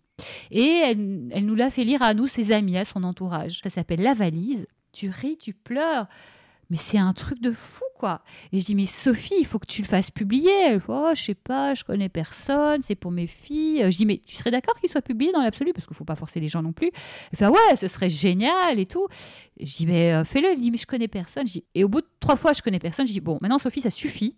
Sophie, ça suffit, c'est marrant. Et je dis, maintenant, bon, ce serait quoi ta maison d'édition idéale? Elle me dit, ok. Et je dis, tu sais quoi? Moi, je suis en contact avec plein d'attachés de presse, de plein de domaines, dont la littérature. Et il y avait un attaché de presse qui s'appelle Francis Thiers. On s'était jamais vu, mais on s'entend, mais vraiment, le mec, un super gars, quoi. Et donc, quand on s'appelle pour des raisons professionnelles, il y a plein de fois, on reste encore à discuter 20 minutes, une demi-heure, de tout, de rien, parce que c'est fluide, quoi. Et du coup, je lui dis, écoute, Francis, je vais l'appeler, je le connais comme ça, on s'est jamais vu, mais je le sens trop, je sais que c'est quelqu'un de bien, et je sais que, en tout cas, il nous donnera les bons conseils. Je pense qu'il acceptera. J'appelle Francis, je lui dis, écoute, est-ce que tu veux bien aider Sophie? Ce serait super. Et tout, il me dit, mais bien sûr. Parce que je lui dis, tu sais, moi, l'édition, je connais pas. Je lui dis en 2 mots, tu sais, moi, mon expérience, c'est pas possible, un truc pareil. Tout ça. Et il me fait, mais ça veut dire que tu as écrit un livre? Je dis, oui, en train de dormir dans un tiroir, c'est pas grave. Et je repars sur Sophie. Il me fait, non, stop. Je peux le lire? Écoute, tu sais quoi, lis-le, comme ça j'aurai un avis, un autre avis, quoi. Surtout que je n'avais pas fait lire à mes amis, juste aux maisons d'édition qui disaient, ouais, c'est super, mais c'est super, mais on l'a pas fait. Donc peut-être qu'ils m'ont dit, enfin, il y avait un truc bizarre. Je dis, comme ça, tu me dis, moi, j'ai pas d'ego là-dessus, tu me dis, c'est nul, il n'y a aucun souci. Moi, je suis vraiment adepte de la vérité. Après, c'est comment tu dis la vérité. Mais il vaut mieux dire la vérité et se réaligner différemment que dire n'importe quoi et que la personne continue à faire... plutôt que de mentir et que la personne s'illusionne et ne change pas ce qui doit être changé. C'est juste contre-productif et c'est pas un cadeau d'amis, ça. Et du coup, il prend le livre de Sophie, il le lit, il aide Sophie et moi, je lui envoie et pareil, quelques jours après, il me fait « Mais c'est super, en fait. » Je dis « Ah ouais ?» Il me dit « Mais ouais, c'est top et tout. Est-ce que tu me permets de le proposer à des maisons d'édition ?» Écoute, avec plaisir, je vais pas dire non, la vie m'offre ce cadeau, je dis ok. Puis il m'a mis en contact avec une maison d'édition qui était partante et tout. Et en fait, ce qui s'est passé, c'est que pareil, c'était pas fluide et tout. Et il y a eu un moment où vraiment, on allait signer, on a fait rendez-vous et les gens sont très gentils, franchement, ils sont adorables. Et en fait, le jour de la signature, le 3 mai 2021, on m'appelle le matin et on me dit Isabelle, désolée, on est un peu overbooké, on va pas pouvoir le faire aujourd'hui. Donc, une fois de plus, un décalage. Mais ok, tu vois, je peux comprendre. Je dis, ok, on reprend date dans cette semaine, la semaine prochaine, dans un mois. Dans un mois ok. Alors, pour moi, dans un mois, enfin, ça recommence, quoi. Et puis, dans un mois, ce sera dans un mois. Et puis, ça ne me va pas. Je fais pas de soucis. Je note et tout. Et je fais, mais en fait, c'est la vie qui me parle. Parce que dans une semaine, tu n'as pas le temps de refaire un tour. Dans un mois, tu as carrément le temps. Et là, juste avant, il se fait que Laurent Gounel, l'auteur de L'homme qui voulait être heureux, qui est un livre, si vous ne l'avez pas lu, c'est juste, je ne sais pas si tu l'as lu toi, mais non. Lis-le, c'est un petit livre qui se lit facilement, mais c'est formidable, c'est vraiment merveilleux comme bouquin. En fait, c'est un roman, une petite histoire, et en fait, tu as tout le développement personnel dedans, ça te nourrit, c'est juste formidable. Et donc Laurent Gounel, je l'avais invité, on est déjà en contact pour différentes raisons, donc voilà, je lui avais parlé un peu de ses complications. Je trouvais que l'édition, c'est chaud quoi et tout. Il m'a dit mais si tu veux, je connais quelqu'un, je peux éventuellement t'introduire. Et je lui avais dit non parce que j'étais en cours avec cette maison. Je l'appelle, je fais Laurent, je pense que la vie me parle, on va écouter ce que la vie me dit, je dis veux bien rencontrer la personne. Et donc, il me donne le numéro d'Anne Guesquière, directrice de collection de Erol, la super maison d'édition Erol. Et j'appelle Anne. Et alors, pour pas te mentir, elle me prend parce que je suis recommandée par Laurent Gounel et tout. Une femme charmante, merveilleuse et tout. Mais j'entends bien dans ses mots qu'elle me dit, écoute, voilà, il y a beaucoup de monde sur le développement personnel, il y a déjà beaucoup de livres. Si c'est pour refaire le énième, mais je vais le lire, il n'y a pas de souci. Mais je sens déjà qu'elle prépare le terrain pour me dire oui, et je comprends, effectivement, il y a 1 milliard de personnes qui écrivent des livres de développement personnel, si c'est déjà fait, c'est déjà fait, tu vois. J'ai Anne, on va se mettre au clair une chose, je ne le ferai avec vous que si vous avez vraiment envie de le faire. Donc moi, si tu me dis ouais c'est génial, c'est super, on y va. Mais si c'est bof ou pas, non, ça ne m'intéresse pas du tout. Je préfère, tu sais, j'ai déjà attendu, je peux encore attendre. C'est du développement personnel. C'est pas lié à l'actu. Ça, je peux te dire que ce qu'il y a dans mon livre, c'est vraiment, c'est de la bombe bébé. Mais vraiment, ça fait vraiment, c'est hyper utile. Mais je veux dire, aujourd'hui ou dans 5 ans ou même 10 ans, il y aura toujours des gens qui auront besoin de ça. Et je pense de plus en plus, tu vois. Donc je lui dis, moi, je ne suis pas d'urgence. Je veux la bonne personne, la bonne équipe. Elle me fait pas de soucis, j'entends, ok. Et genre, mais même pas 4 jours après, elle me rappelle, elle fait Isabelle, on le fait, c'est super. Il y a plein enfin, ça va, ça, c'est un super bouquin, ça peut vraiment aider les gens. On va le faire. Je fais trop chouette. Déjà, son enthousiasme, j'étais là, mais c'est trop génial. Ouais, donc elle était sûre d'elle. Ah ouais, mais vraiment. 4 jours après, on a rendez-vous avec Joanne, qui est mon éditrice, du coup, parce qu'elle, c'est la directrice de collection, donc j'ai Joanne. Pareil, on se fait une visio, brainstorming. On trouve le titre, enfin tout est fluide, on avance. Elles me disent, dans la semaine, c'est un mercredi dans la semaine, on t'envoie les contrats. J'avais le contrat le jour même. On discute de 2-3 trucs. Enfin tout est fluide, tout est rapide, tout est efficace. Ensuite, elle me fait rencontrer Élodie, qui va m'accompagner sur les lectures et tout ça, sur le contenu. Ensuite, je rencontre Clélia qui va s'occuper de tout ce qui est relations presse. Enfin, tout est incroyable, tout est fluide, etc. Et voilà quoi. Voilà, le livre en plus, avec l'autre maison d'édition, il devait sortir... il devait sortir fin 2022. Là, on s'est dit, non, février 2022. On s'est même dit, fin janvier 2022. Je fais, c'est super, on discute en juin. Je fais, c'est super, c'est juste avant mon anniversaire, c'est cool. Mais c'est quand ton anniversaire ? C'est le jeudi 3 février. Mais attends, donc elles allaient faire le jeudi d'avant. Mais attends, c'est un jeudi que ça doit sortir, ton anniversaire, c'est un jeudi. On le fait la semaine d'après, c'est ton anniversaire. Et ça sort le jour de ton anniversaire. Je dis, mais c'est carrément génial et tout. Du coup, j'ai fait une super fête d'anniversaire et une sortie et tout. Tu vois tout. Et c'est des belles personnes, tout est beau, tout est fluide, et puis voilà, c'est super. Mais en fait, le message de ça, c'est quand vous sentez que quelque chose n'est pas fluide, que ça coince, etc. Posez-vous vraiment la question, est-ce que c'est les bonnes personnes? Est-ce que c'est les bons moments? Et de forcer les choses, heureusement que je n'ai pas forcé les choses il y a quelques années quand je voulais le sortir. Et heureusement que, tu vois, grâce à toutes ces années de recherche, de développement personnel, de coaching, sur moi, sur les autres, etc., j'ai compris ça. Et du coup, j'en parle aussi de tout ça dans le bouquin. J'ai compris que, voilà, les justes personnes, les bonnes personnes, et vaut mieux aller sur quelque chose qui est moins grand, gigantesque, brillant, même plus petit, mais avec les bonnes personnes, tu vois, ça sert à rien d'aller se faire mal et de se prendre des claques sur un truc grand avec des gens pas bien, des gens qui vont te faire du mal, des gens qui vont pas te respecter. Non. Des belles choses avec les belles personnes, tu es heureux, donc c'est ça qu'il faut faire, quoi. Et du coup, tout est super. Et voilà, et en fait, c'était des gens humains qui croyaient en ton projet et c'est que comme ça qu'ils pouvaient bien se dérouler. Alors, il y a un troisième élément, humain, qui croit à fond mon projet, et professionnelle, évidemment. Parce qu'il y a des gens adorables, mais s'ils n'ont pas les... c'est comme l'autre nana qui s'est occupée de notre diffusion. Elle n'était pas méchante, juste, elle n'a pas été honnête sur son côté professionnel. Et bon, là, c'est vraiment pas cool. Donc voilà, il faut vraiment... Ou comme j'ai eu une expérience récemment avec quelqu'un d'adorable et tout ça, mais il n'a pas été professionnel, le truc a foiré. Moi, j'ai bossé 2 mois pour rien, quoi. C'est pas possible, des trucs comme ça. Donc, il faut quand même vérifier ça pour pas perdre de temps, de l'énergie, d'argent, enfin tout ça, quoi. C'est pas cool, c'est pas bien. Donc...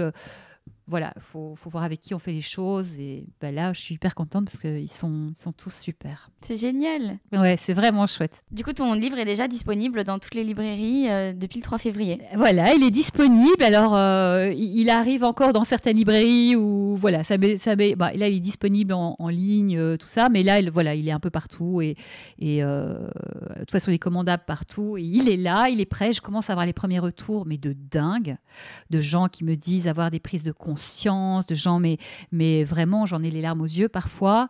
Et ce qui est vraiment chouette aussi dans ce livre-là, c'est que j'ai mis des fameux exercices. Donc en fait, j'explique toute la théorie de chaque clé, mais aussi j'explique comment moi j'ai compris, parfois en me moquant de moi, parce que je me suis pris des trucs dans la figure et que c'est ça qui a fait que j'ai compris. Donc je parle un peu, je me dévoile un peu, je me dis, oulala, je me dévoile quand même dans ce livre. Et puis après, mais voilà, il faut mouiller sa chemise pour, voilà, je voulais vraiment que les gens... Et en plus, je parle comme je suis, c'est-à-dire c'est vraiment sincère, simple, accessible. C'est en toute simplicité parce que moi j'aime ce qui est simple et ce qui est simple peut être aussi intelligent. Ça ne veut pas dire que c'est pas intelligent et juste et tout ça. C'est juste en toute simplicité, en toute humilité, et, en donnant tout mon cœur et aussi toute ma théorie, mes techniques, etc. Et chaque chapitre finit par un exercice, plusieurs mêmes exercices, parce qu'en fait, si tu ne vis pas ce que tu comprends, et tu vas jamais l'implémenter et tu vas jamais réellement le prendre en toi. Donc c'est ce que je disais, hein, il faut l'expérimenter. Il y a ça, et puis ça commence surtout aussi par finalement un point, un état des lieux de où on en est nous, de notre vie, de ce qu'on fait, de ce qu'on aime, un peu vraiment pour déterminer ce qui nous manque, ce dont on a besoin, qu'est-ce qui est essentiel pour nous, parce que comment veux-tu choisir un but, un objectif, un rêve, si tu l'as pas déterminé? Quel chemin prendre? Si tu sais pas. Ou bien tu peux aller vers des choses qui tu crois que c'est ton rêve et c'est pas ton rêve. Bon, pourquoi pas, ça te fait avancer, mais parfois tu perds du temps sur quelque chose de plus important pour toi. Donc voilà, ça vraiment permet de refaire le point. Moi, j'ai eu des gros retours de dingue sur déjà ce premier exercice de faire le point.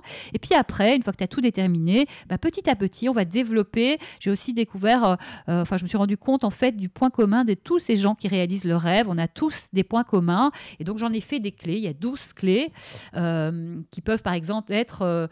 celle-là, elle arrive assez rapidement, c'est la créativité. On dit, tiens, bizarre, pourquoi la créativité? Bien parce qu'en fait, pour devenir l'artiste de sa vie, pour réaliser ses rêves, ses objectifs, ses buts, peu importe comment on les appelle, il faut savoir réfléchir différemment. Pourquoi ce qu'on a fait jusque-là, je n'ai pas réussi, je n'ai pas atteint cet objectif, ou pourquoi certains y arrivent et moi pas? Eh bien, c'est qu'on n'a pas encore trouvé la manière dont il faut faire pour nous. Et donc, ouvrir sa créativité, c'est commencer à réfléchir différemment. C'est-à-dire ouvrir le champ immense des possibles. C'est aussi ouvrir son esprit à ne plus s'enfermer dans « je ne suis pas capable, je ne peux pas y arriver, ce n'est pas pour moi, c'est toujours pour les autres, j'ai pas de chance ». C'est aussi sortir de ça et rendre tout possible. Donc on commence par travailler cette clé qui est essentielle et qui va ouvrir le champ des possibles et nous aider pour attaquer et développer tous les autres points qui peuvent être le rapport au jugement des autres. Il faut se libérer aussi de ça. Il y a des tas de gens qui ne vont pas vers leur rêve parce qu'ils ont peur du jugement des autres. Donc pareil, j'explique pourquoi, prise de conscience, exercice, on va travailler sur nos croyances. Si tu crois que c'est pas possible, c'est sûr que ce sera pas possible, hein. Donc voilà, c'est à mettre les limites. Il y a des gens parfois qui n'arrivent pas à mettre les limites, donc ils acceptent des choses qui sont pas sont pas bonnes pour eux et ils acceptent de pas se faire respecter, ils se respectent pas eux-mêmes, ils se font du mal aussi à eux-mêmes en se perdant dans des choses, des heures sur Internet ou trop de je sais pas, trop d'alcool, trop de ceci, trop de cela. Alors, je suis pas du tout sur la morale, je m'en fiche complètement, mais c'est comment on se fait du bien et contre quoi on échange chaque seconde de notre vie. Il y a des moments, évidemment, pour aller sur les réseaux, regarder des films, se détendre, etc. Mais de temps en temps, il y a des moments où est-ce que ces moments-là, on les utiliserait pas plutôt pour réaliser nos rêves et transformer notre vie et faire de notre vie une belle et grande aventure parce que ça rend heureux. Donc voilà, donc moi je suis juste vraiment, j'essaye de virer toutes les culpabilités et d'apporter toutes les libertés dans la tête des gens pour qu'ils se disent en fait, qu'ils comprennent que notre vie c'est notre vie en fait. Peu importe ce que disent les autres, notre vie c'est notre vie, c'est nous qui devons assumer nos choix. Donc ne laissons personne nous dire fais ça, parce que c'est pas eux qui devront assumer derrière. Et donc du coup, de toute façon dans la vie, quoi qu'il arrive, il y aura des emmerdes, autant que ce soit sur le chemin de ses rêves plutôt que des emmerdes sur un chemin de merde, quoi. Faut se le dire. Donc de toute façon, il y aura des hauts et des bas, autant que ce soit sur le chemin de nos rêves, et parce qu'on aura plus d'énergie pour trouver des solutions et pour avancer, et puis on avancera sur quelque chose qui nous va et qui nous rend heureux. Il y a travailler les habitudes, travailler aussi le fait d'être ici et maintenant, vivre pour demain, demain sera toujours demain, donc si on vit pour demain, on va pas y arriver. Et puis aussi dans le livre, et ça c'est super, j'ai des témoignages de tous ces artistes qui, chaque chapitre c'est un thème, et au début de chaque chapitre, j'ai un petit témoignage d'artistes qui explique comment ils ont fait pour sortir de ça. Par exemple, Pascal Légitimus, on lui a toujours dit, il a fait des études de comédien et il était très bon, mais il n'était pas pris dans les grandes écoles. Et en fait, en sous-texte, les profs lui disaient, mais en fait, t'es pas pris, t'es bon, mais juste t'es noir, en fait. Ah, mais c'est horrible. C'est horrible. Et du coup, en fait, il s'est dit, ok, donc ils lui ont dit, tu n'y arriveras pas, tu as le talent, mais tu n'auras pas ta place, on ne te la donnera pas dans ce métier parce que tu as la mauvaise couleur, donc fais autre chose. Et lui, il a fait, non, en fait, je vais faire à ma façon et je vais trouver mon mode. Et il a bien fait, regarde, puisque aujourd'hui, il a une super vie, il fait plein de trucs géniaux, etc. Il a les inconnus, mais pas que, tu vois. Et du coup, voilà, il y a son témoignage, il y a évidemment Laurent Gounel qui fait la préface, mais il y a des gens comme Philippe Geluc, Elie de Pretto, Éric-Emmanuel Schmitt, Labajon, Jarry, Marianne James, je vais tous te les citer pour que personne soit mis de côté. Nathalie Dessay, Alain Chamfort, Abdel Malik, super, Philippe Croison, Laurent Ruquier, Caroline Loeb et Daniel Lévy, c'est sur l'amour. Daniel Lévy qui lui, il a failli mourir, il a été malade et il s'est retrouvé même dans le coma.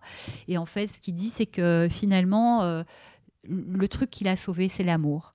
L'amour de sa chérie Sandrine, qui est une femme merveilleuse, l'amour de son entourage et l'amour de son public. Et que la révélation qu'il a eue en frôlant de très très près la mort, c'est qu'en fait, l'amour, c'est la clé de tout, et que si on va par là, en fait, on a une vie, on est dans le juste pour nous, soit par rapport aux autres, soit par rapport au monde, en fait. Voilà. Et ce qui est incroyable, c'est que, en fait, je dis ça en filigrane, sans vraiment le dire, mais c'est saupoudré dans le livre. Mais le dernier chapitre, c'est ça, en fait. C'est pour dire, en fait, les amis, et c'est fou quand on en a parlé avec Daniel, c'est que c'est vraiment ça, en fait. C'est que finalement, on fait tout ça. Pourquoi? Tous ces rêves, tous ces trucs. C'est pour être heureux. Pour se sentir bien avec soi, pour se sentir bien avec les autres, mais l'amour avec un grand A, et pas le truc gnangnan, voilà, c'est juste être en harmonie, mais c'est ça l'amour, être en harmonie avec soi et avec les autres, cette énergie-là. Et voilà, développer ça, et on est en paix, on se sent bien, et tout s'ouvre aussi, parce que c'est tellement beau ce qui émane de nous, que les gens sont bien avec nous.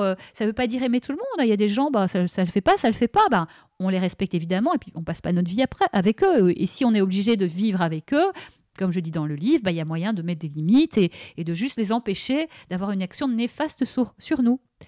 Mais voilà, c'est juste, c'est un petit passage, on n'est pas grand-chose, mais si notre petit passage, on apporte de la beauté, du bien, de beaux échanges avec les autres, on s'entraide, etc., notre passage, il aura servi à quelque chose. Et c'est pour ça que les interviews, c'est mettre en avant un artiste, accompagner son rêve et dire aux gens par là même, regardez, réaliser ses rêves, c'est possible. Et c'est cet acte-là de beauté que je fais.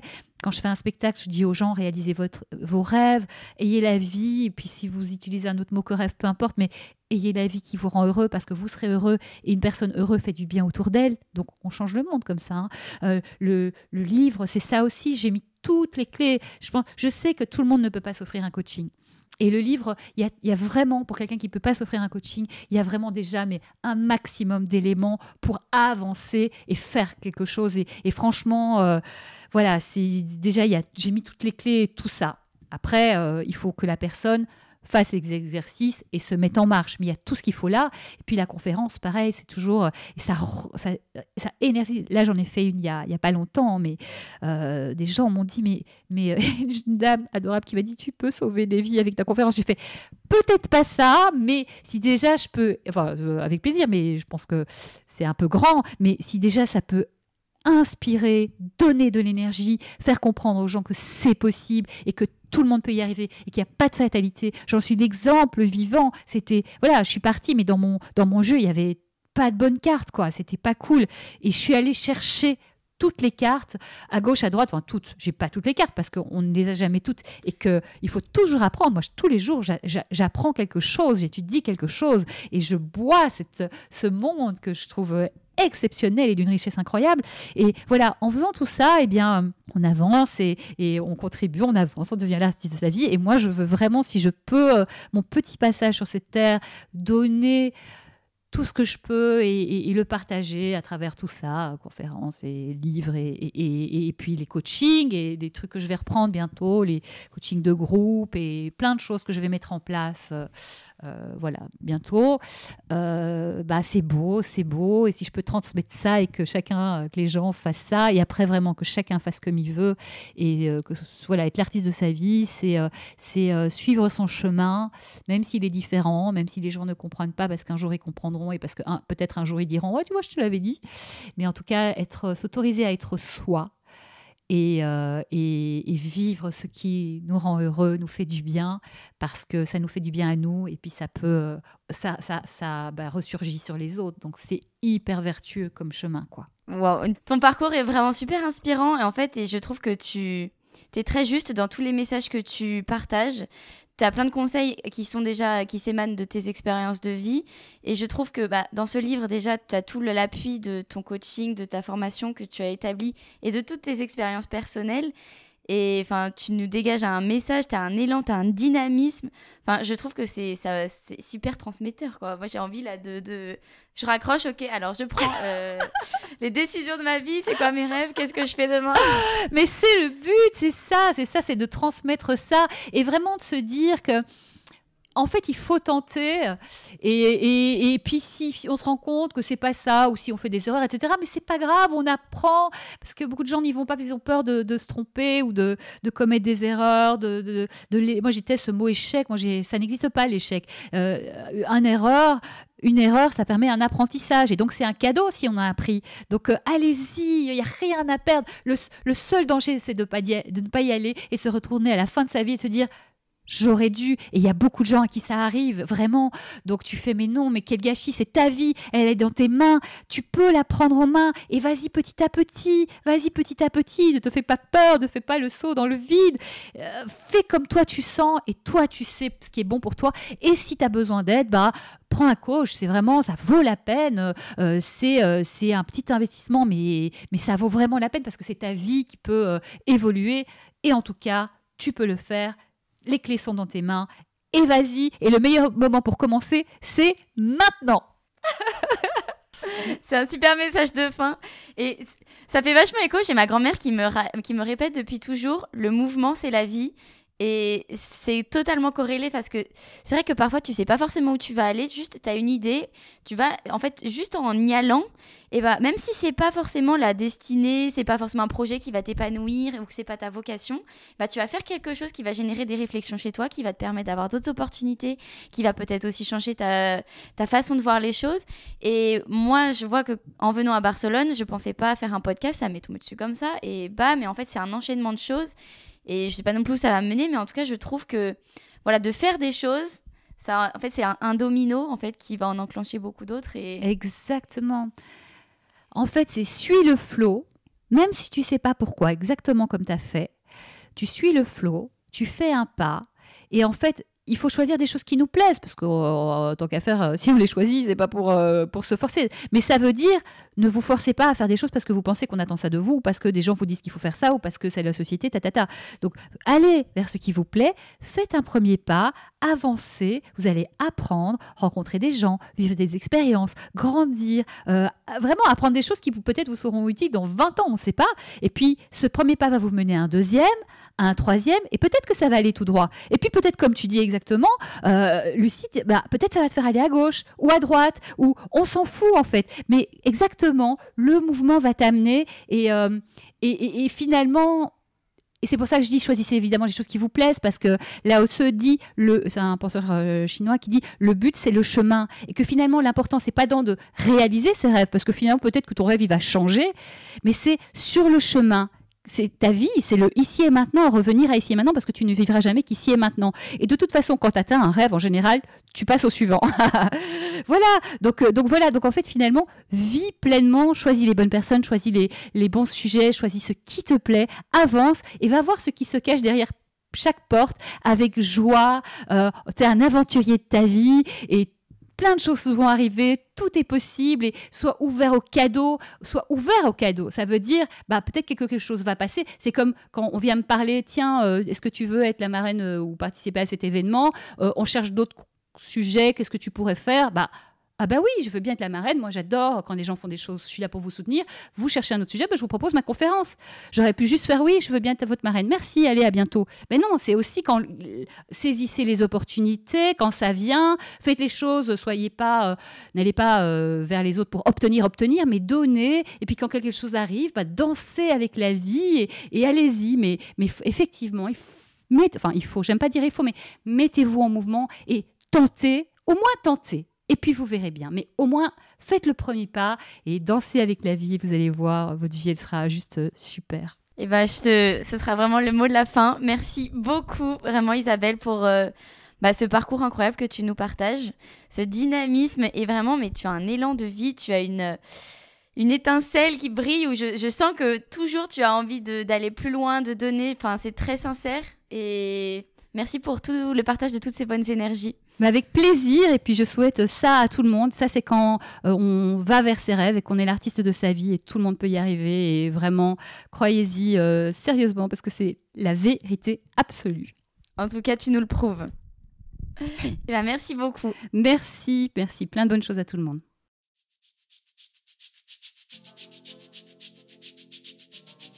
Merci à vous d'avoir écouté cet épisode de Retour à l'instant T.